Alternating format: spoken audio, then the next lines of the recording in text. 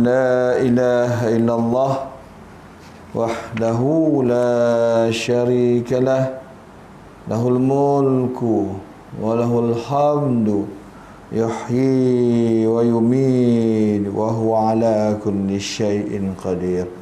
Amma ba'd. Pertama, terima kasih kepada semua yang hadir pada malam ini. Kita panjatkan puji dan syukur hadrat ilahi kerana limpah karunia-Nya. Allah telah memberikan kepada kita kesihatan. Allah telah memberikan kepada kita kekuatan. Allah telah memberikan kepada kita nikmat yang cukup banyak, sehingga kan nikmat yang cukup banyak itu membuat kita lagi haji hampir, membuat kita lagi menjadi roket, membuat kita lagi menyayangi Allah Subhanahu wa taala. Tapi ada juga manusia-manusia yang diberikan nikmat tersebut telah menjadikan mereka itu lalai. Ya, nikmat tersebut telah menjadikan mereka itu lari. Nikmat tersebut telah menjerumuskan diri mereka ke lembah kehinaan.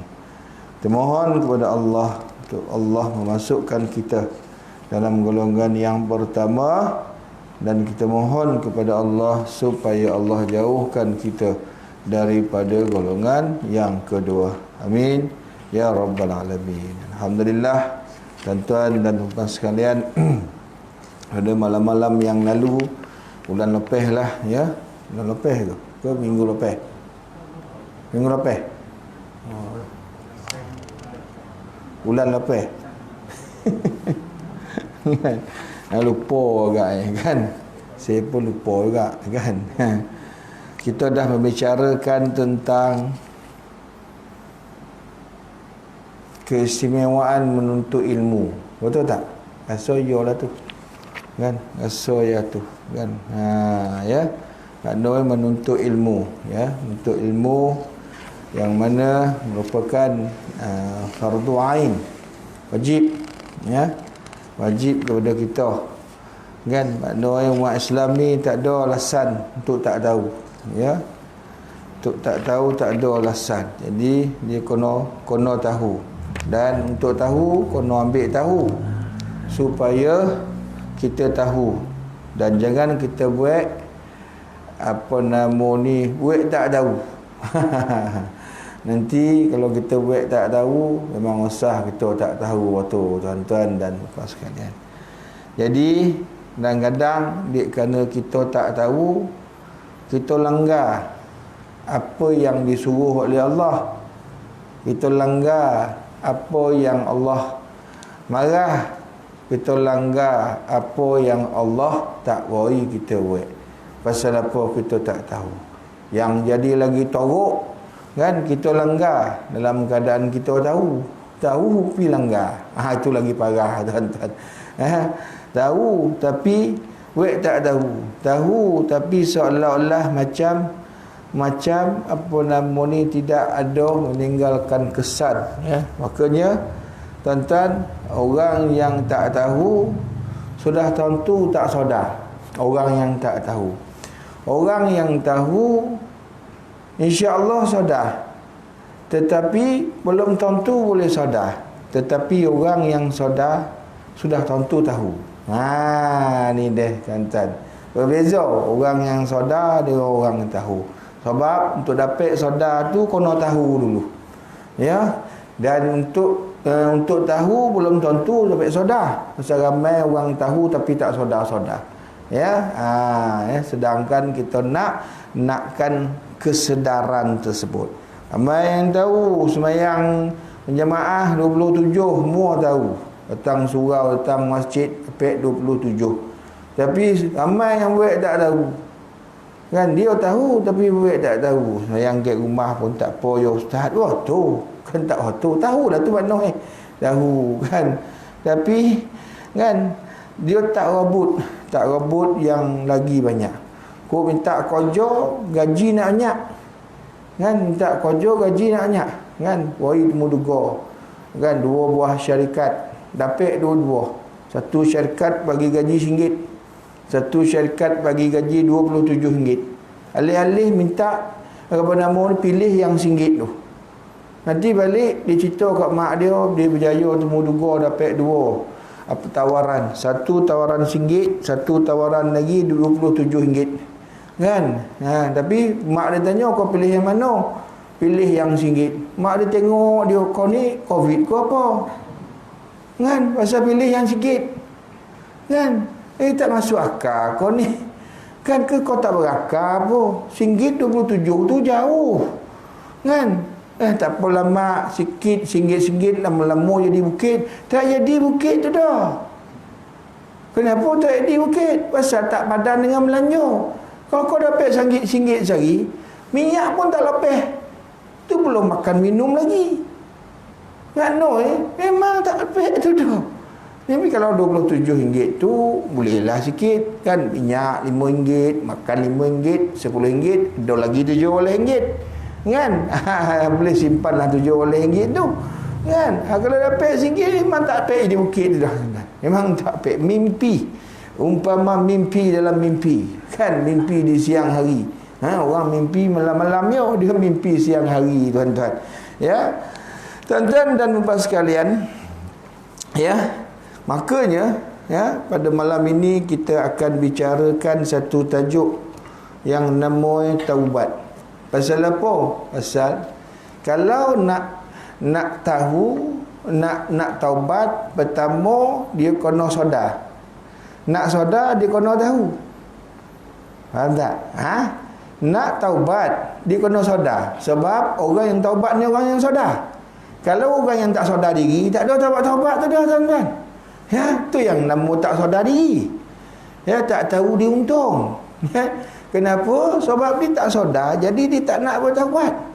Ya, sedangkan dia tahu. Setan, tuan-tuan, dia tahu. Dia tahu yang dia ni buat jahat. Setan, dia tahu buat jahat. Tetapi dia tak mahu sedar. Kan? Dia tak mahu bertaubat kepada Allah. Sedangkan dia tahu dia kena bertaubat, tapi dia tak nak bertaubat. Pasal apa? Pasal dia tak sedar. Dia tahu tapi dia tak sedar. Jadi untuk seseorang itu bertaubat, dia kena sedar dulu. Jadi untuk sedar dia kena tahu. Boleh balik waktu malam ni.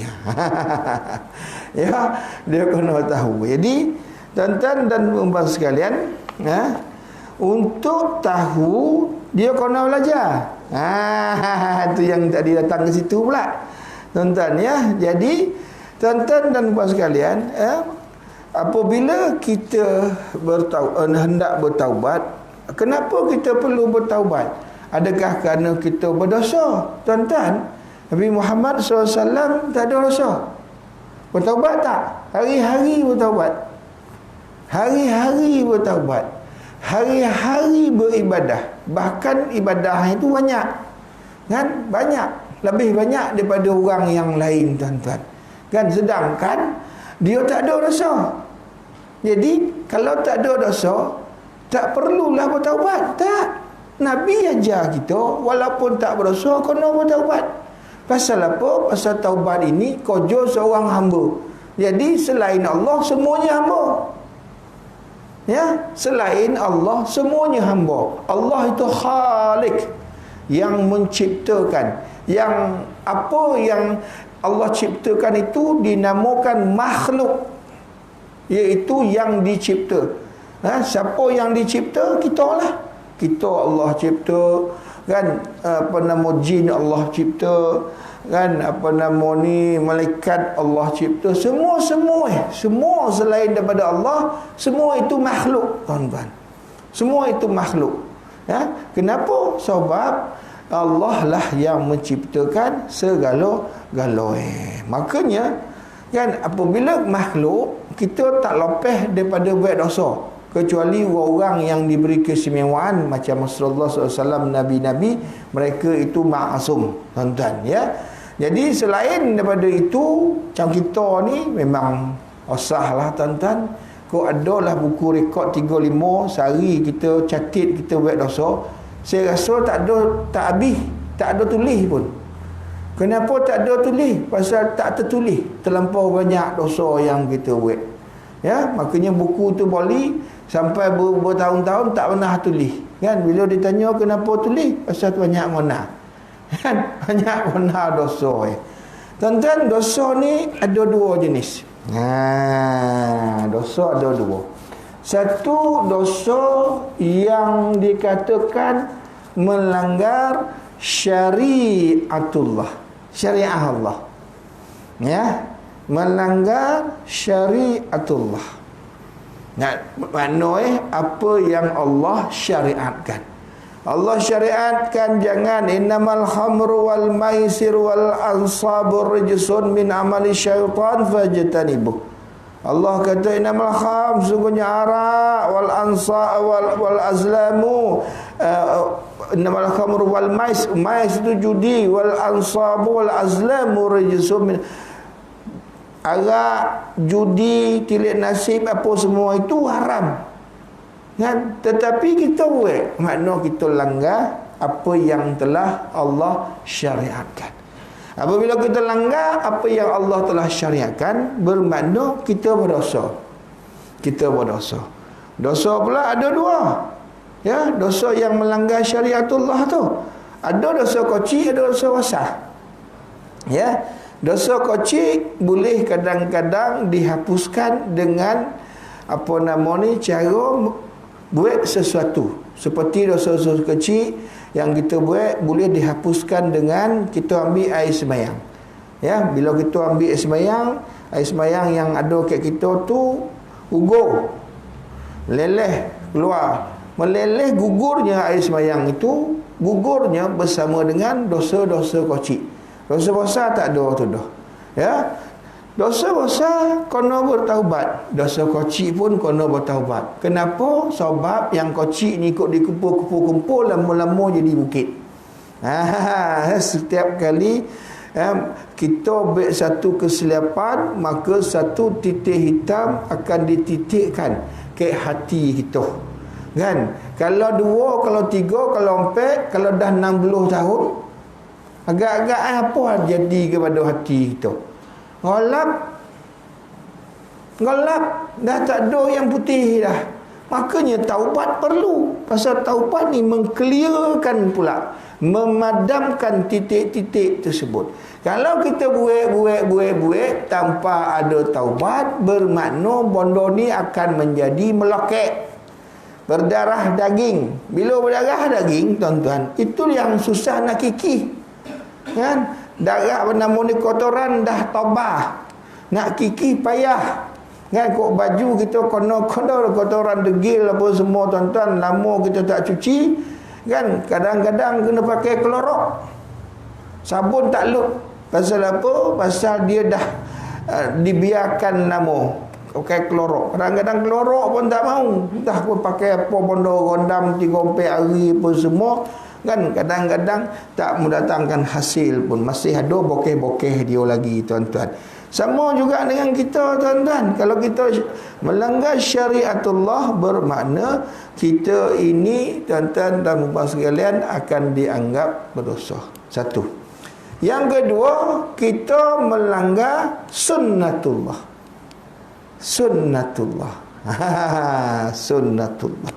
Ya, sunnatullah ni apa? Iaitu melanggar law of nature. Apa nama ni? Hukum alam semula jadi. Ya, hukum alam semula jadi.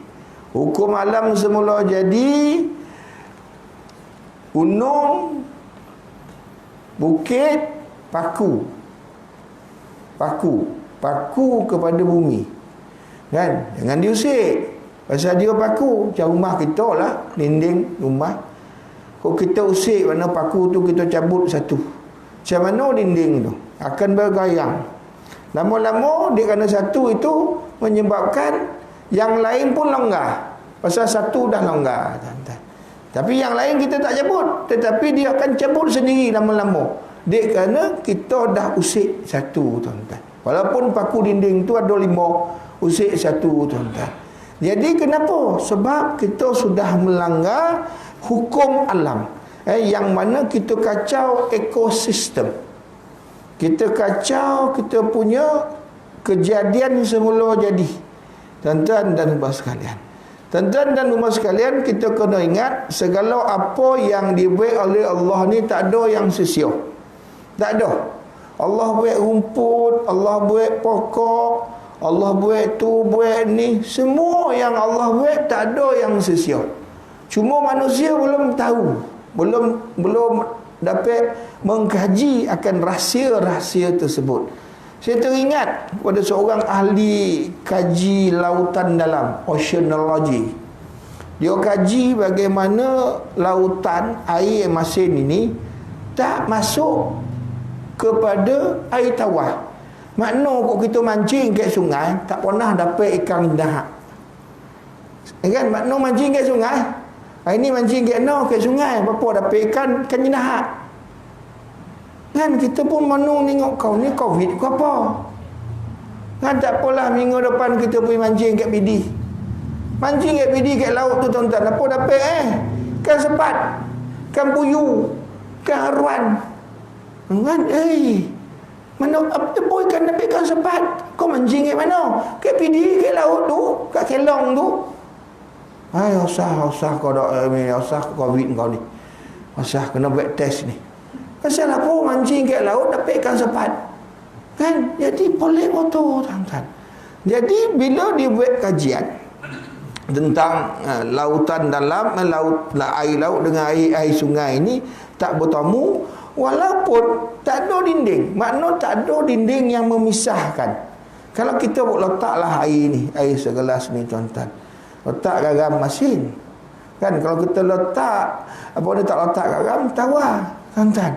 Jadi tak pernah satu gelas ini ada air tawar, ada air masin. Minumlah sini air masin lah, beli sini air tawar. Satu cawan. Ada tak? Tak ada tuan-tuan. Tak ada. Tetapi lautan Allah ada.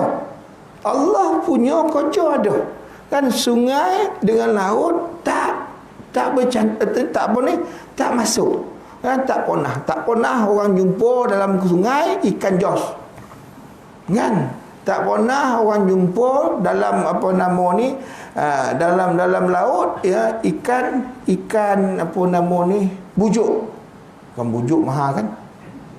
Bujuk mahal tu. Kerutu satu lagi. Kerutu mahal tu. Kan mahal. Ikan kerutu tu mahal. Kan mahal harga tu. Gatus-gatus kan. Saya pernah makan sekali kat JB dulu. Allah, ikan huduh. Tapi isi sedap, putih melapak. Kan cantik betul lah ikan tu sedap. Nasib baik orang Lanjur kan, kok kita Lanjur tak ada tu dah. Kan sebab mahal tuan-tuan. Orang Lanjur kan dibuat steam tuan-tuan. Allah makan sedap ni kan. Tak cukup seekor dah tuan-tuan. Ya, seekor tu saya seorang tu. Tapi dia ramai makan kan sikit-sikit seorang lah. Kan? Jadi tuan-tuan dan puan sekalian, bila melanggar law of nature, iaitu hukum semula jadi, pun kita akan mendapat dosa pasal kita dah mengganggu ekosistem yang ada. Poi mancing tak ada masalah, poi pukat tak ada masalah. Yang jadi masalah guna pukat yang lubang kocik-kocik. Bila dia pukat, semua dia pukat ikan anak, ikan ikan kocik-kocik, semua dia sapu Jadi kono 5 tahun ni buat macam tu, 6 tahun masuk 6 tahun kemudian dah tak ada ikan. Pasal apa tak ada ikan? Pasal ikan kocik tak sampai nak puasa dah dia ambil tuan-tuan. Kan mula dia kata ikan dah tak ada sekarang, bukan tak ada. Kau dah musnahkan. Ya, kau dah musnahkan ikan-ikan tersebut dengan engkau bila engkau pasang pukat tu semua yang kau sebat tuan-tuan. Jadi tak boleh macam tu. Dia kena ada rule and regulation. Mana tak marah nak ambil tu dah boleh, tetapi ambil yang besar-besar yang mengikut umur. Saya teringat tengok dah satu dokumentari yang mereka mencari kotam Alaska tu, kotam yang mahal rogo tuan-tuan. Kan bila naik tu seko-seko diukur tu. diukur. Yang kocik lempar. Kocik dia lempar. Kan dia ambil yang ikut ukuran dia, tuan-tuan. Seekor-seekor, kok 1,000 lah. Kok 10,000 ekor, 10,000 lah diukur. Yang mana ukurannya tak sampai ke situ, dia akan campak masuk dalam laut. Kenapa? Pasal dia nak bagi jaminan bahawa hasil yang dia akan dapat itu berterusan. Makanya tuan-tuan, kotam ni sentiasa ada. Tapi nak pergi cari itu sorek lah tuan-tuan. Pasal apa sorek? Sebab dia punya tompek tersebut cukup bahaya. Kan tahan bubu ke apa nama dalam keadaan ombak berabung muntah hijau ke siapa yang tak biasa tuan-tuan. Tak payahlah makan pil laut ke apa ke, tak mahu tu dah muntah hijau. Tapi orang tu biasa pasal apa? Mereka mendapat gaji yang mahal. Di antara kojok gaji yang mahal tu ada tangkap ikat apa ni, kotam ke Alaska. Memang gaji mahal. Tapi kadang-kadang tak balik. Kan kubur kat laut tuan-tuan. Tu yang orang tak nak tuan-tuan. Makanya tuan-tuan dan puan sekalian, apabila kita ni manusia melanggar syariatullah dan juga melanggar sunnatullah, maka kita akan divonis, kita akan dihukum sebagai orang yang berdosa. Makanya tuan-tuan dan puan sekalian, Allah telah datangkan kepada kita contoh-contoh dalam Al-Quran, kan, bagaimana orang-orang yang berdosa ini dia tak sampai bertaubat sehinggakan Allah datangkan kepada mereka ini kemusnahan. Jadi malam ini kan kita akan bahaskan peristiwa-peristiwa yang telah Allah rakamkan, yang telah Allah nukilkan, yang telah Allah ceritakan, yang telah Allah beritahu kepada kita di dalam Al-Quran, bagaimana orang-orang yang melakukan dosa, baik melanggar syariatullah maupun melanggar sunnatullah. Allah dah bagi contoh kepada kita. Kenapa? Sebab liibratah liulil albab, supaya kisah-kisah ini menjadi ibrah, menjadi pengajaran, menjadi panduan, menjadi sebagai tauladan kita kepada kisah-kisah tersebut, supaya kita jangan mengulangi perbuatan-perbuatan yang telah dilakukan oleh orang-orang yang terdahulu, ya. Makanya tuan-tuan dan puan sekalian, dalam Al-Quran ada lebih kurang beberapa sebutan yang berkenaan dengan dosa tuan-tuan, ya. Kan, yang mana contohnya di antaranya zab ini tuan-tuan bererti kesalahan yang kita lakukan. Kan disebut dalam Quran sebanyak 35 kali tuan-tuan. Kemudian kan disebut sebanyak 48 kali, iaitu kita ni ghaflah, kita ni alpa dan tidak mendapat pahala. Kemudian perkataan sayyi'ah, ya, iaitu perbuatan buruk yang dilakukan oleh manusia, disebut sebanyak 165 kali, ya, di dalam Al-Quran. Kemudian rijs, tadi yang saya sebut tu, innamal khamru wal maisir rijsun, rijsu itu disebut sebanyak 10 kali di dalam Al-Quran. Jadi di antara dosa-dosa yang dilakukan ini, kan Allah bagi contoh kat kita supaya dosa-dosa ini kita tak buat. Dosa-dosa orang yang dahulu buat, kita jangan buat, kita tak buat. Sebab dikhawatiri, ditakuti, kalau kita buat dosa-dosa, tiru seperti orang yang terdahulu, yang telah Allah binasakan, yang telah Allah datangkan bencana kepada mereka, kita pun akan mendapat bencana seperti yang mereka dapat. Tuan-tuan, ya. Jadi oleh kerana itu kisah-kisah ini adalah merupakan kisah-kisah yang dinukilkan oleh Allah, sehingga kan dosa-dosa kisah-kisah ini menjadi orang-orang yang soleh, lembut hati bila dengar, kan, sensitif, mudah menerima. Kerana apa? Tidak mahu mereka dibinasakan seperti kisah-kisah yang telah diceritakan oleh Allah, yang mana beliau telah membinasakan kaum-kaum yang terdahulu kerana mereka ini melanggar baik syariatullah maupun sunnatullah. Tuan-tuan dan puan sekalian, di sini kita akan tengok lebih kurang 3, 6, 9. 9 kisah yang ada, yang kalau kita tengok dalam Quran, dalam surah Qaf ayat 2 boleh hingga 4 boleh, kan, maksudnya sebelum mereka kaum Nuh, penduduk Ras dan Thamud telah mendustakan rasul-rasul, dan demikian juga kaum Ad, kaum Fir'aun, kaum Lut, dan juga penduduk Aikah serta kaum Tubba. Semuanya mereka itu mendustakan rasul-rasulnya, maka berlakulah ancamanku kepada mereka.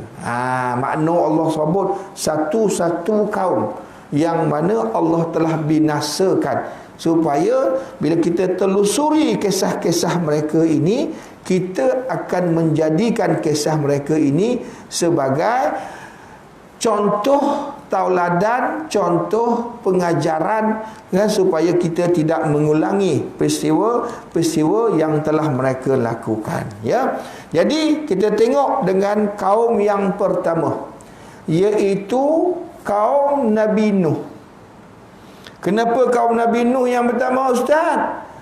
Allah pun sebut kaum Nabi Nuh yang pertama, sebab kaum Nabi Nuh lah kaum yang pertama yang syirik kepada Allah, yang melakukan pelanggaran syariatullah. Makanya Allah sebut kaum Nabi Nuh dahulu. Nabi Adam tak ada, Nabi Idris tak ada. Datang Nabi Nuh, pada waktu tersebut manusia sudah ingkar akan perintah Allah. Jadi bila manusia telah ingkar, kerana di antara Nabi Idris dan Nabi Nuh itu dia punya senggang waktu dia lama sikit. Manusia ni bila lama tak ada orang bagi peringatan, mula dia lalai. Mula dia menyimpang ke tempat yang lain. Jadi manusia ni kena sentiasa diperingatkan. Makanya dia sebut dalam Al-Quran, wal as innal insana lafi khus. Demi masa sesungguhnya manusia ini sentiasa dalam kerugian. Sentiasa rugi. Illal ladzina amanu wa amilus solihat, kecuali orang yang amanu, beriman, wa amilus solihat, dan juga beramal soleh. Wa tawassaw bil haq, mereka ini berpesan-pesan dengan kebenaran. Wa tawassaw bis sabr, dan mereka ini berpesan-pesan dengan kesabaran. Jadi rupanya kita ni manusia, tuan-tuan, kena sentiasa diperingatkan. Makanya kawan yang paling baik ialah kawan yang sentiasa bagi warning kat kita tentang keburukan kita. Kalau kita gomar mengumpet, kalau kawan yang baik, dia akan nasihat kita. Mat, minta maaf lah, aku kawan dengan kau dah lama, tapi kau ni, ya Allah, panjang mengumpet. Minta maaf. Pasal aku kawan dengan kau lama, jadi aku tahu, kau ni ngomong ngumpet, Mat, ngumpet ni tak bagus, Mat. Di antara dosa yang lagi besar daripada membunuh, ngumpet. Al-fitnatu asyaddu minal qatl. Fitnah itu, menabur fitnah, lagi teruk dosa daripada bunuh orang. Jadi Mat, cukup-cukuplah Mat, dah lah tu, tak payah lagi. Tuan-tuan, kawan macam tu kena pegang. Tapi manusia tak mahu. Manusia dia tak mahu pegang kawan-kawan macam tu. Pasal apa? Pasal kawan tu condemn dia, kawan tu komplain dia, kawan tu rasa kau ni memang selalu macam tu, aku cerita yang betul, kau tak faham. Dia tak nak kawan lah. Dia pula tak nak kawan dengan kawan yang tu. Dia ramah kawan yang jack dia. Dia ramah kawan yang angkek dia. Kau mat kau tengok aku macam mana? Oh, kau mat macam ni ha. Bagus banget kan. Allah, beriman botol aku nampak engkau. Belakang tu kan tuan-tuan, ramah manusia ramah dipuji-puji tuan-tuan dan puan sekalian, walaupun mereka ini keji. Dia manusia ramah dipuji walaupun hakikatnya dia itu koji. Tu bahaya statement tu tuan-tuan. Ya, jadi tuan-tuan dan puan sekalian, makanya bila mereka lupa kan, dia kerana kita ni sentiasa perlu diingat, maka kita kena sentiasa datang belajar, datang ke majlis-majlis ilmu. Sebab apa? Sebab majlis-majlis ilmu ni akan memberikan kita ilmu dan akan mendatangkan kepada kita nasihat-nasihat yang boleh kita gunakan untuk kita meneruskan kehidupan kita. Ya, jadi tuan-tuan, Allah dah bagi tahu kan, wal asr, demi waktu asar. Sebab apa demi waktu asar? Sebab manusia paling banyak lupa sembahyang waktu asar. Makanya Allah sumpah dengan waktu asar. Innal insana lafi khusr, manusia ini lah illal ladzina amanu wa amilus solihat, kecuali orang yang beriman dan orang yang beramal soleh, yang mana mereka ini sentiasa berpesan-pesan dengan kebenaran dan berpesan-pesan dengan kesabaran. Ya, jadi beruntunglah kalau kita menjadi ataupun mendapat kawan-kawan yang sentiasa berpesan-pesan nasihat kepada kita. Ya, untung kita tuan-tuan. Ya, makanya bila manusia ni dah lama, makanya mereka ini tuan-tuan mula lari daripada Allah. Makanya Allah telah datangkan Nuh berdakwah tuan-tuan. Berdakwah bukan sikit punya masa, 950 tahun berdakwah. Makna ruang masa peluang yang diberikan oleh Allah itu cukup lama. Ya, cukup lama. Ruang tu untuk apa ustaz? Untuk bertaubat. Kan kita cerita taubat ni, makna Allah bagi kesempatan kepada kaum Nuh kan sampai hampir 1000 tahun. Kita tuan-tuan baina sitin wasabiin, 60 70 dah mati tuan-tuan. Dah mati tuan-tuan. Ya, baina sitin wasabiin, 60 70 dah mati. Kaum Nuh Allah bagi sampai hampir 1000 tahun tuan-tuan. Maknanya kesempatan dia punya lama, tetapi mereka tak mahu ambil kesempatan tersebut. Makanya bila mereka tak mahu mengambil kesempatan tersebut, Allah dah bagi warning. Nuh, kau bagi tahu kaum kau, kalau dia tak nak beriman kepada aku akan berikan ancaman kepada dia. Hari-hari Nuh ulang kepada dia tuan-tuan. Ulang tuan-tuan dan puan, jomlah kita balik kepada Allah, jomlah kembali ke pangkal jalan, bertaubatlah. Tak mahu tuan-tuan. Bila tak mahu, Allah tunggu punya lama tak mahu. Makanya pada waktu yang telah ditetapkan, Allah pun mendatangkan banjir yang besar. Banjir besar, air atas turun, bawah keluar. Banjir besar tuan-tuan. Semua tenggelam tuan-tuan. Termasuk gunung, bukit pun tenggelam tuan-tuan. Ya. Jadi bila semua ni tenggelam, semua mati kecuali yang duduk di atas kapal Nabi Nuh. Makna yang duduk dalam kapal Nabi Nuh tu lebih kurang 80 orang. Itu sahaja yang selamat. Kenapa? Mereka ini beriman dan mereka ini sentiasa bertaubat kepada Allah. Jadi tuan-tuan dan puan sekalian, Allah musnahkan kaum Nabi Nuh kerana mereka ini tidak mahu bertaubat walaupun telah diberikan kesempatan punya lama. Kan? Hampir 1000 tahun, tetapi mereka tetap begah. Allah lunyaikan mereka. Kan? Kisah ini nak bagi tahu kat kita sebenarnya. Nak bagi tahu kat kita jangan begah. Kita jangan tiru buat seperti yang kaum Nabi Nuh buat. Makanya kita kena banyak bertaubat. Itu mesejnya tuan-tuan yang Allah nak sampaikan kepada kita. Kan? Alah, hidup kita ni lama lagi ustaz. Life begin at 40 lah apa.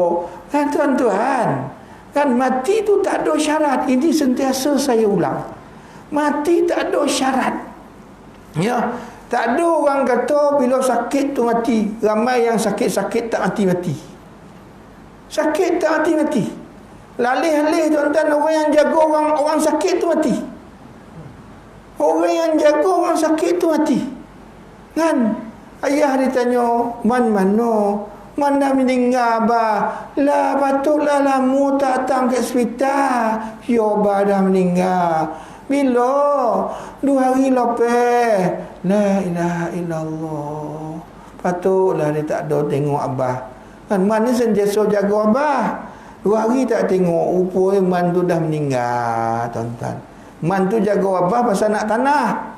Bila abah mati nanti dapat tanah. Alih-alih dia yang mati. Alih-alih abah yang dapat tanah dia. 1.6 dapat abah tanah dia, tuan-tuan, pasal dia mati. Ya, tapi nasib baik abah baik. Abah kata tak apalah, saya tak maulah. Kan, tanda tangan borang. Tak mau mulut saja tak jadi, tuan-tuan. Kenapa tanda tangan borang? Melepaskan hak, tuan-tuan. Kalau tidak, nanti boleh dituntut balik. Ya, jangan main mulut sekarang, tak main mulut dah, tuan-tuan. Dia kena semua berdokumentasi. Ada apa nama ni secara tertulis, tuan-tuan dan puan sekalian, ya. Jangan main-main, ya, bahaya, tuan-tuan, ya. Kadang-kadang kita ni tak faham, kan. Macam saya ada satu kes tu, ada seorang tu accident, mati anak dia, baru kahwin anak dia, kan, dapat anak 2 tak silap saya, kan anak itu kerja besar, gaji boleh-boleh ribu, tuan-tuan. Jadi bila mati, kan, anak dia ni dia kerana baru kahwin, kan, baru 3-4 tahun macam tu, semua apa nama ni penama diletakkan nama abah ya. Jadi bila kejadian yang menimpa diri dia tu, dia accident mati, semua klaim-klaim takaful itu dapat ke abah dia. Sebab apa? Pasal dalam dokumen takaful tu nama abah kan, nama abah letak. Dan kita kena ingat nama abah tu sebagai beneficiary, iaitu apa nama ni pemegang amanah. Pemegang amanah makna bukan dia punya. Dia hanya diberikan amanah untuk duit ini untuk dibahagikan kepada waris-waris yang sepatutnya dapat, tuan-tuan. Tetapi bila duit tu dapat kat dia banyak, tuan-tuan, bukan 1 juta. Ya, pampasan tu dapat kat dia, tuan-tuan, 1 sen pun tak ada diberi kepada isteri dan juga cucu-cucu tu. Sedangkan mereka itu mempunyai hak. Asal yang meninggal tu abah dia. Yang meninggal tu abah dia, kan, ayah dia. Yang meninggal tu adalah suami dia. Isteri pun mempunyai hak. Walaupun isteri mempunyai hak yang sedikit daripada abah, hak isteri lagi sedikit daripada hak abah. Abah lagi banyak dapat, ya. Mak lagi banyak dapat, ya. Kenapa mak dan abah lagi banyak dapat? Abah laki itulah. Sebab, tuan-tuan, apabila anak dia mati, tanggungjawab untuk menjaga, memelihara, menanggung anak dan juga menantu itu kono kepada abah tu. Amin. Kono kepada abah. Abah si lelaki itu yang meninggal anak itu. Makna kok bululah cucu, kok laparlah menantu, berdosa. Berdosa ayah lelaki tersebut. Berdosa mentua perempuan ini. Pasal apa? Pasal abah tu tidak menanggung keperluan yang sepatutnya dia tanggung. Makanya tuan-tuan dan puan sekalian, kan, kewajipan tu jangan main-main. Alah dia ustaz, ayalah dia dah nak saya dah meninggal, kan, dah tak ada. Jangan, tuan-tuan. Anak kita meninggal tetapi hubungan kita dengan menantu masih. Kan ada lagi cucu, tuan-tuan. Dan kalau dia tak berkojol dan tidak mempunyai mata pencarian, kan kita kena tanggung. Dan kalau dia ada mata pencarian pun, kita kena tanggung. Oh, macam tu ke Ustaz? Tapi dia kerja Ustaz, dia cikgu Ustaz. Kata malah dia cikgu. Kan isteri dia tu cikgu, ada gaji apa semua. Ya, tu gaji dia. Tuan-tuan. Ingat ni tuan-tuan. Makanya dalam manajemen undang keluarga Islam, kalaulah abah kepada lelaki yang meninggal itu membiarkan cucu dan juga menantunya ini hidup dalam keadaan menderita, dia boleh disaman, masuk court. Dia ada, dia punya enigment dia, kan, boleh angkat lawyer tuan-tuan, lawan di mahkamah supaya potong akaun daripada abah atuk kepada cucu ni untuk menjara kehidupan. Jangan main-main. Tapi ramai orang tak tahu tuan-tuan. Boleh Ustaz, boleh. Siapa ada okey bawa info saya? Meh saya buat. Kan? Meh saya buat. Tuan-tuan, Allah Rabbi. Sama juga. Dulu-dulu kes banyak yang lari lagau kahwin kat Siam. Kenapa kahwin kat Siam ni? Kan? Ayah tak setuju. Kenapa ayah tak setuju? Ayah tak mau jadi wali. Kenapa kau tak tanya bodan? Kenapa pula Ustaz? Kan kita ada enigmen wali ingkar, wali enggan. Dia wali mujbil lagi. Abah ni dia tak berkenan yang anak dia nak tu. Anak dia nak kahwin, dia tak berkenan tuan-tuan. Jadi dia tak nak jadi wali. Kawan ni pun lari dompet lain. Tuan-tuan, tak perlu lari dompet lain. Kita pergi masuk mahkamah. Saman abah. Nampak jangan salah. Kan? Nampak jangan salah. Tetapi ada enigmen wali ingkar, wali enggan. Kan nanti mahkamah tanya, kenapa ni cik? Kan dia nak baik kerja baik, nak kahwin, nak baik masjid. Kan? Kenapa pula tak nak jadi wali? Oh ya Ustaz, saya dah siasat ni yang anak saya gilo-gilo tu Ustaz. Rambut dia kuning Ustaz. Kan? Semayang tak pernah. Kan? Mana pula cik tahu dia tak semayang? Saya tahulah. Macam mana tahu dia datangkan bukti? Tengok ni gambar. Apa tengok dia pegang apa? Kan? Kepala rimau. Macam ni Ustaz. Oh tak mau dah. Saya jaga anak saya bolo anak saya. Saya tak mau dapat menantu macam ni, nanti usak anak saya. Tuan, usak anak saya. Saya tak mau. Kan? Makanya saya tak nak jadi wali. Kan? Kalaulah pandangan dia tu kan dengan bukti-bukti yang dibawa itu kokoh, kemungkinan permohonan itu digugurkan. Makna kau tak payah kahwin dengan dia ni. Tapi kalau tak munasabah, kan, makna diterima. Nak tak nak, tanda tangan wakalah, wakilkan, berwakil wali kan. Ni dia tuan-tuan. Aduh nikmat. Kan kenapa tak gunakan? Ni dia tuan-tuan dan puan sekalian, ya. Jadi tuan-tuan dan puan sekalian, dalam banji tersebut semua yang ingkar, yang bega, yang tak mau ikut, yang yang tak bertaubat, semua Allah tenggelamkan, termasuk anak dan juga isteri Nabi Nuh sendiri. Satu. Kemudian Allah cerita pula kisah Nabi Hud. Nabi Hud wa ala adin akhahu Hudan, dan kepada kaum Ad Allah hantar Nabi Hud. Kaum Ad ini tuan-tuan, dia mendustakan Nabi. Makna dia tak percaya Hud ni Nabi. Ya. Dia apa yang Hud cakap, dia kata Hud ni pembongak.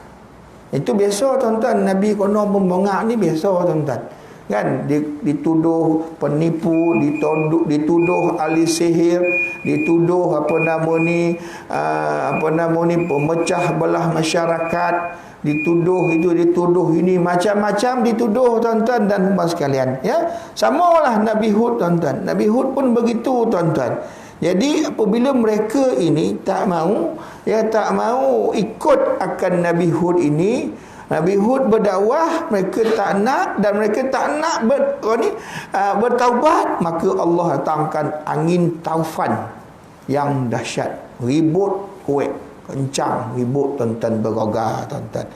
Disertai dengan guruh, pang, bunyi pang yang menggerunkan, sehinggakan angin-angin ini tuan-tuan menerbangkan mereka itu di blender hancur di blender tuan-tuan. Allah Rabbi, lonyai. Makanya dia tak ada lagi atas bumi ni. Lonyap tahu dia ada bumi ni, tak ada, sisa pun tak ada tuan-tuan.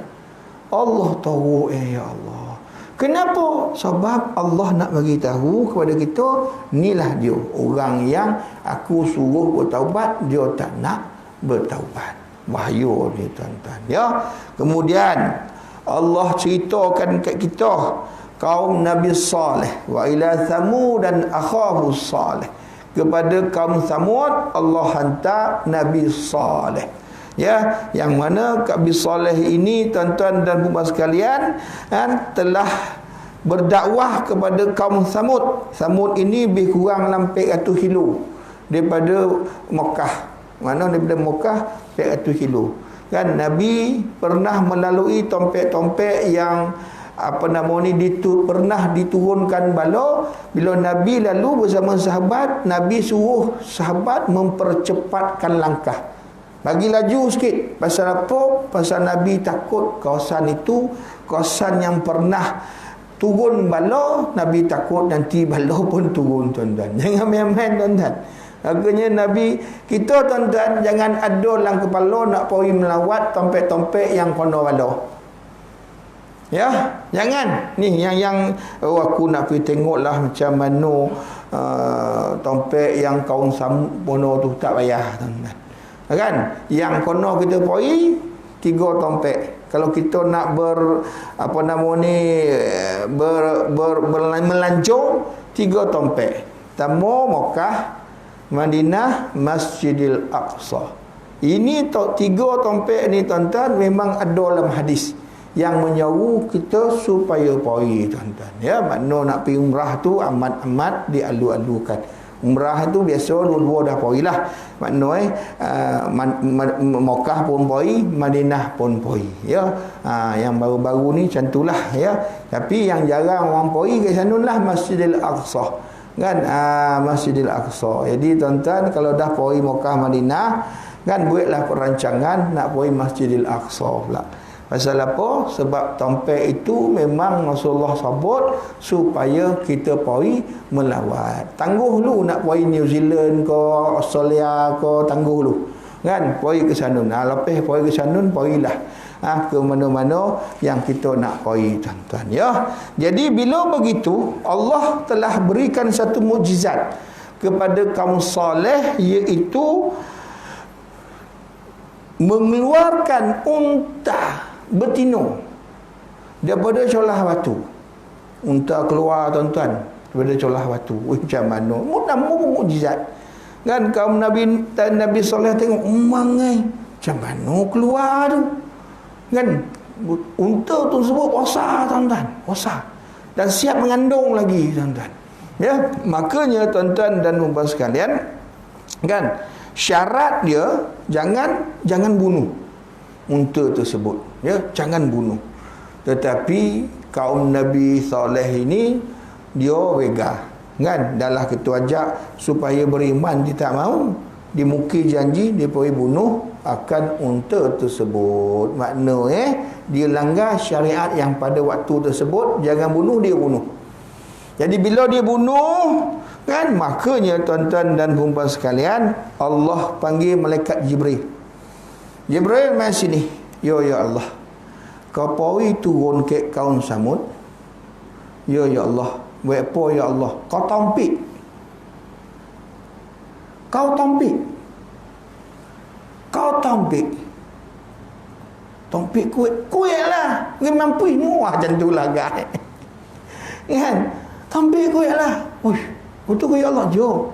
Lekat Jibril turun. Tampik tuan-tuan. Wah, tuan-tuan, hancur. Meletup. Mati semua. Kenapa tu? Pasal tak nak bertaubat. tak nak buat tak buat. Nabi dah bagi tahu, kan? Nabi soleh dah bagi tahu, dia langgar, kan? Dah lah tak nak buat tak buat, langgar pula. Allah Rabbi wa Rabbus samawati wal.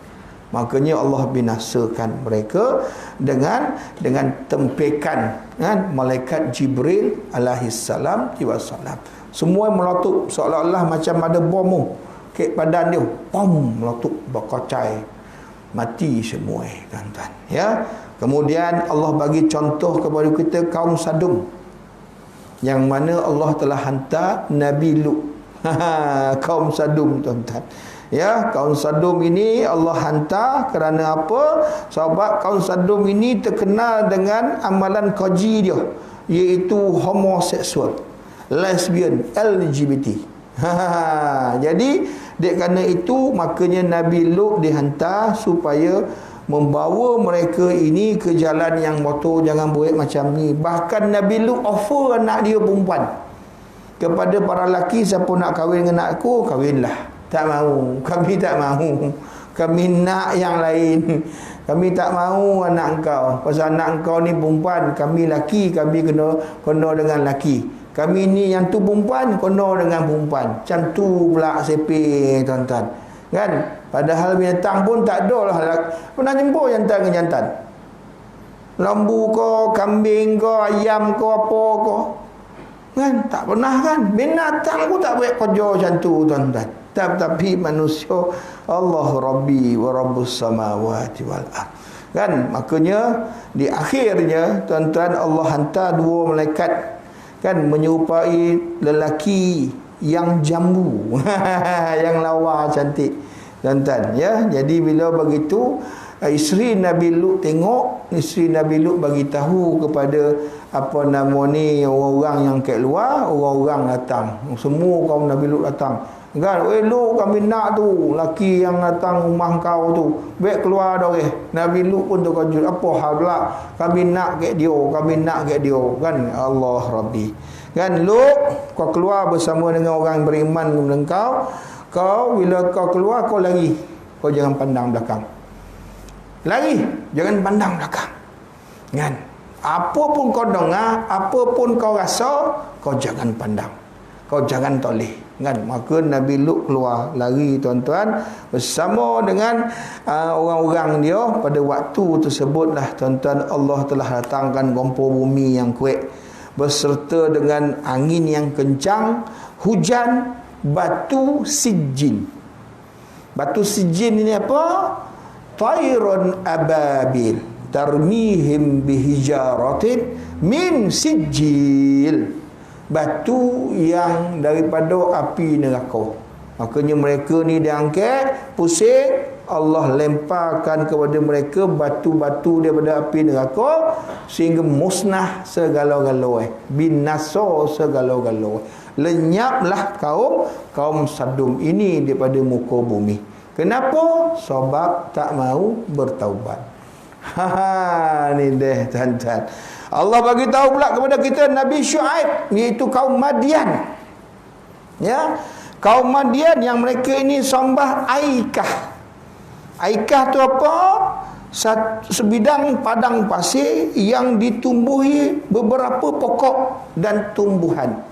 Padang pasir ini kering mana ada pokok, tapi padang pasir itu ada pokok sikit. Oi, duk kerana ada pokok ni, mereka kata ini luar biasa, ini Tuhan dia sembah pokok-pokok tu, tuan-tuan. Nama Aikah, tuan-tuan. Aikah, tuan-tuan. Ya, jadi mereka ini kaum Madian ini, tuan-tuan, mengak, tipu, kan? Bila jual durian kata elok padahal tak elok, timbang 3 kilo padahal 2 kilo ya, kan? Menindas orang-orang yang apa nama ni, petani-petani, boli dengan petani RM2, dia jual RM20. Tuan-tuan, kawan tu belalah tanam siram pokok jago, bagi baju apa semua, RM2 dia boli kan? Dijual pula RM20, sampai kat kita RM25. Tuan-tuan dan puan sekalian, menindas. Kawan tu pergi ke laut, tuan-tuan, ombak macam ni, gerebung, tuan-tuan, sampai kat dia kombong RM5. Ya, sampai ke kita kombong RM21. Macam itulah tuan-tuan, makna ni menindas tuan-tuan ya. Itu perangai kaum-kaum Madian tuan-tuan ya. Maka pada waktu tersebut tuan-tuan, bila Nabi Syuaib suruh, dah tu, cukuplah, jangan buat, bertaubatlah kepada Allah. Tapi mereka tak mahu. Makanya Allah telah datangkan kepada mereka hawa udara yang panih. Udara yang panih tuan-tuan ya. Sehingga kan udara tersebut menyebabkan mereka ni dahaga. Walaupun minum air punya banyak, tak mahu hilang haus tuan-tuan. Kan? Dan terbakar. Kulit-kulit mereka terbakar. Lepas pada tu Allah telah turunkan awan berwarna hitam. Mereka bila tengok awan berwarna hitam, kata, ya Allah, alhamdulillah ni hujan nanti ya, sejuk kita tuan-tuan. Tetapi tak tuan-tuan. Rupa awan yang hitam tu jatuh macam siling jatuh, berkoping-koping, tak. Mereka mati bertimbun, dalam keadaan bertimbun tuan-tuan. Allah Rabbi. Kenapa? Pasal suruh bertaubat, tak nak bertaubat. Kemudian Allah datangkan kaum Tubba. Ya, Tubba ini nama raja-raja Himyar daripada Yaman. Tubba ini raja yang baik, rakyat jahat. Ya, rakyat jahat. Kan? Raja baik tapi rakyat jahat tuan-tuan. Makanya raja telah seru supaya mereka ini bertaubat, kemudian menyembah Allah, tetapi mereka ini tak mahu. Makanya Allah telah binasakan mereka tuan-tuan dan puan-puan sekalian ya. Kemudian Allah datangkan Nabi Hanzalah bin Safwan. Kepada siapa? Kepada Ashabur Ras. Ya, Ashabur Ras, yang mana Ashabur Ras ini ada satu penduduk yang duduk dekat dengan kampung Samud. Yang sebelah-sebelah ya tuan-tuan. Jadi mereka ini ada satu telaga. Ya, satu telaga yang mana telaga ini sumber minuman mereka tuan-tuan. Tapi mereka ini mendustakan, kan, membongak, kan, apa nama ni Allah. Maka Allah datangkan Nabi Hanzalah bin Safwan kepada mereka untuk membetulkan keadaan.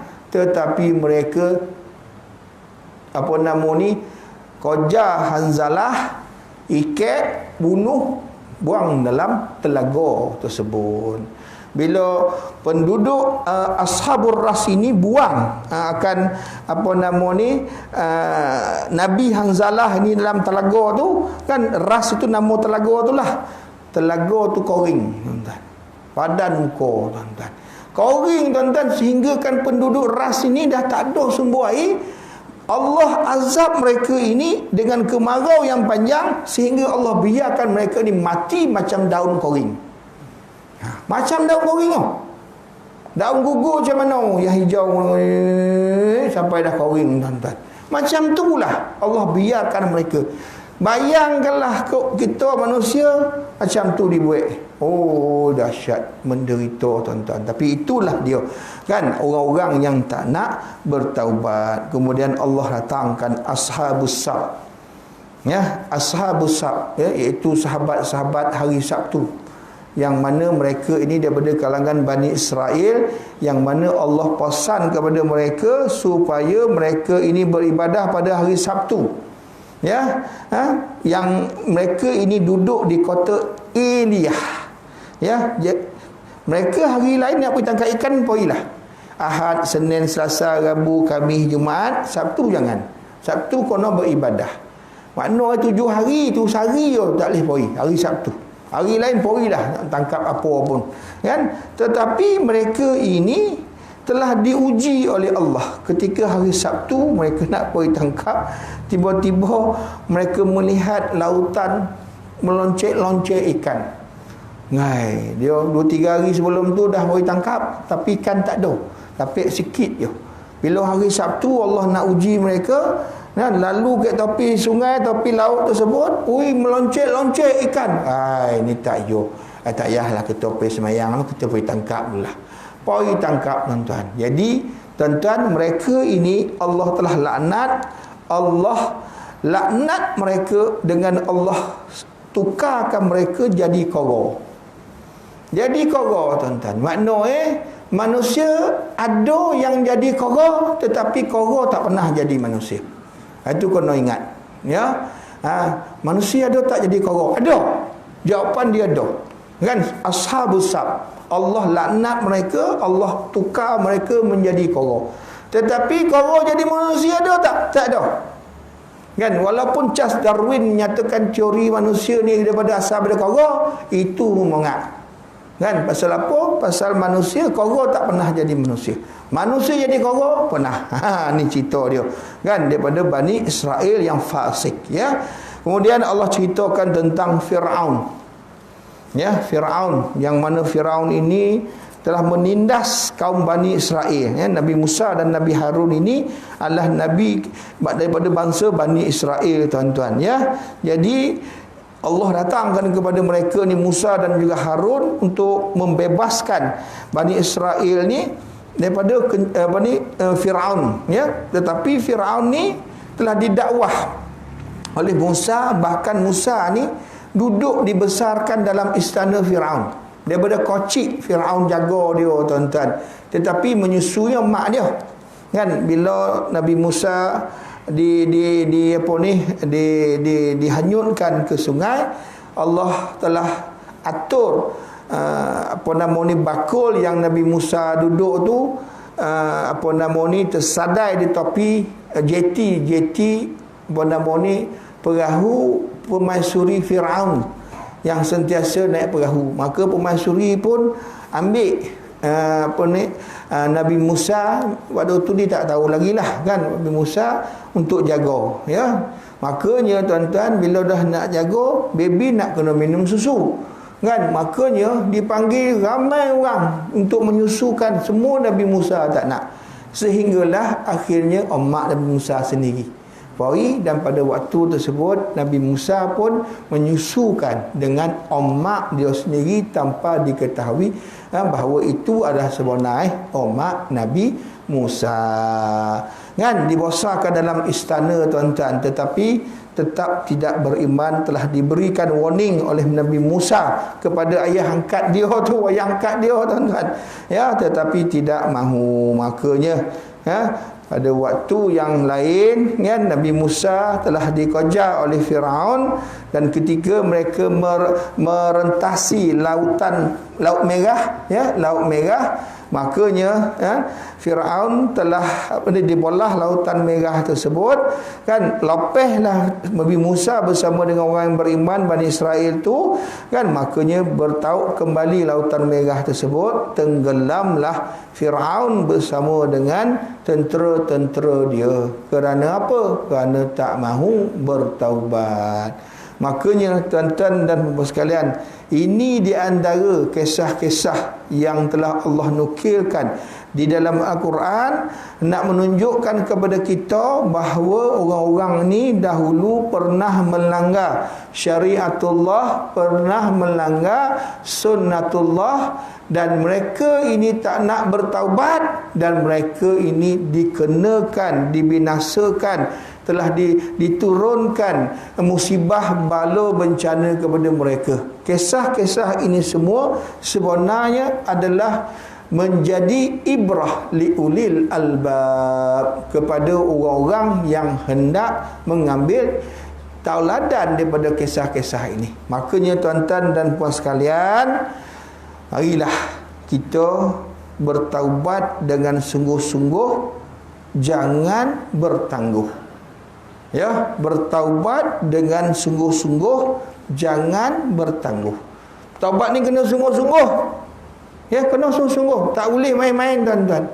Ya, sebab ada orang yang bertaubat tak sungguh-sungguh, main-main je. Dia macam makan kedai mamak, tuan-tuan.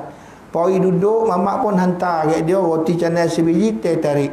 Kan, makna dia doakan macam biasalah, ya Allah, macam bagian dah minta macam bagian, macam tu juga. Tak boleh, kena bersungguh, tuan-tuan. Ingat tak kisah yang saya cerita dulu? Orang buta tawaf bersama dengan seorang raja yang zalim.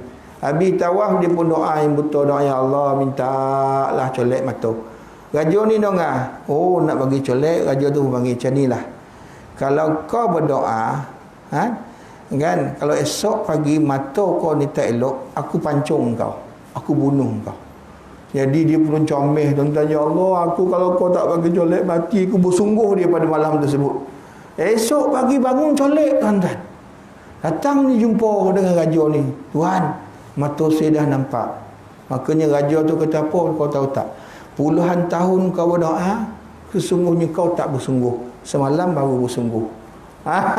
Ni dia, tuan-tuan. Jadi semalam tu bersungguh, pagi ni colek masa takut dipancung, dibunuh oleh raja tersebut. Jadi taubat ni kena sungguh-sungguh dan jangan bertangguh, jangan tangguh-tangguh. Tak apalah, esok lah, lusa lah, nantilah, tak payah dah, tuan-tuan. Kan? Walaupun kita rasa kita tak payah dosa, kita tetap kena bertaubat. Ya, pasal apa? Pasal kadang-kadang kita buat dosa tanpa kita sedar. Itulah dia, tuan-tuan, kepentingan bertaubat. Ya, supaya dengan taubat ni kita buat hari-hari, setiap hari, setiap waktu. Kan, kita bertaubat, beristighfar kepada Allah banyak-banyak, berselawat kepada Rasulullah banyak-banyak, mohon kepada Allah banyak-banyak. Insya-Allah dengan taubat ini kita akan diberikan kebaikan oleh Allah Subhanahu wa taala. Alhamdulillah. Selesai. Tuan-tuan dan puan sekalian, cerita tentang orang-orang yang ditimpa bencana kerana mereka ini tak mahu taubat, langgar sunnatullah, langgar syariatullah. Selesai. Tuan-tuan, terima kasih atas perhatian. Mohon maaf jika terkasar bahasa, tersilap kata. Yang baik datang Allah, yang lemah diri saya. Bismillahirrahmanirrahim. Alhamdulillahi Rabbil Alamin. Hamdan hamidin, hamdan syakirin, hamdan yuwafi ni'amahu wa yukafi'u mazidah. Ya Rabbana lakal hamdu kama yanbaghi li jalalika karim wa azim sultanik. Allahumma ij'alni minat tawabin waj'alni minal mutatahirin waj'alni min ibadika salihin. Allahumma alaika bis sanadiril jabhati wa thaniyah. Allahumma alaika bu'uyuniha man la yakhaf arhamna warfir lana warhamna anta maulana fansurna 'alal qaumil kafirin. Ya Qahhar, ya Jabbar, ya Mutakabbir, ya Zal Jalali wal Ikram, ya Allah, ya Allah, ya Allah.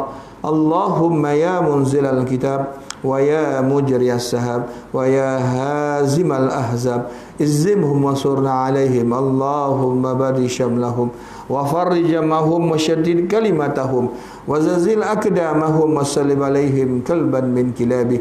Allahumma sallimna wa sallim dinana wa sallim ma'rifatina wa sallim tauhidana wa sallim islamana wa sallim ikhwanina minal muslimina wal muslimat wal mu'minina wal mu'minat al ahya'i mu'amwanaka ala kulli syai'in qadir. Bismillahirrahmanirrahim. La yadurru ma'asmihi syai'un fil ardi wala fis sama' wa huwas samiul alim. Bismillahirrahmanirrahim. La yadurru ma'asmihi syai'un fil ardi wala fis sama' wa huwas samiul alim. Bismillahirrahmanirrahim. La yadurru ma'asmihi syai'un fil ardi wala fis sama' wa huwas samiul alim. La ilaha illa anta subhanaka inna kunna minaz zalimin. Rabbana zalamna anfusana wa illam taghfir lana wa tarhamna lanakunanna minal khasirin. Rabbana hab lana min azwajina wa dhurriyyatina qurrata a'yun waj'alna lil muttaqina imama. Rabbana salatana tammah waghfir lana dhunubana 'ammah ila yaumil qiyamah innaka ala kulli syai'in qadir. Ya Allah, ya Rahman, ya Rahim, pada malam ini kami mengangkat tangan merabah sembah memohon kepadamu, ya Allah.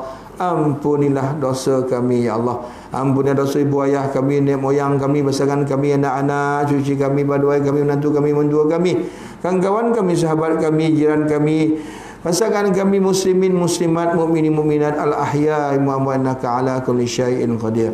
Ya Allah, ya Rahman, ya Rahim, kami mohon, ya Allah, permudahkanlah urusan kami di dunia maupun di akhirat. Sembuhkanlah sakit-sakit yang ada pada kami, pada ibu ayah kami, pada nenek moyang kami, pasangan kami, anak-anak, cucu kami, baduai kami, menantu kami, mentua kami, kawan kami, sahabat kami, jiran kami, muslimin, muslimat, mukminin, mukminat. Sembuhnya itu sehingga tidak lagi meninggalkan bekas, kesan dan juga tompokan, ya Allah.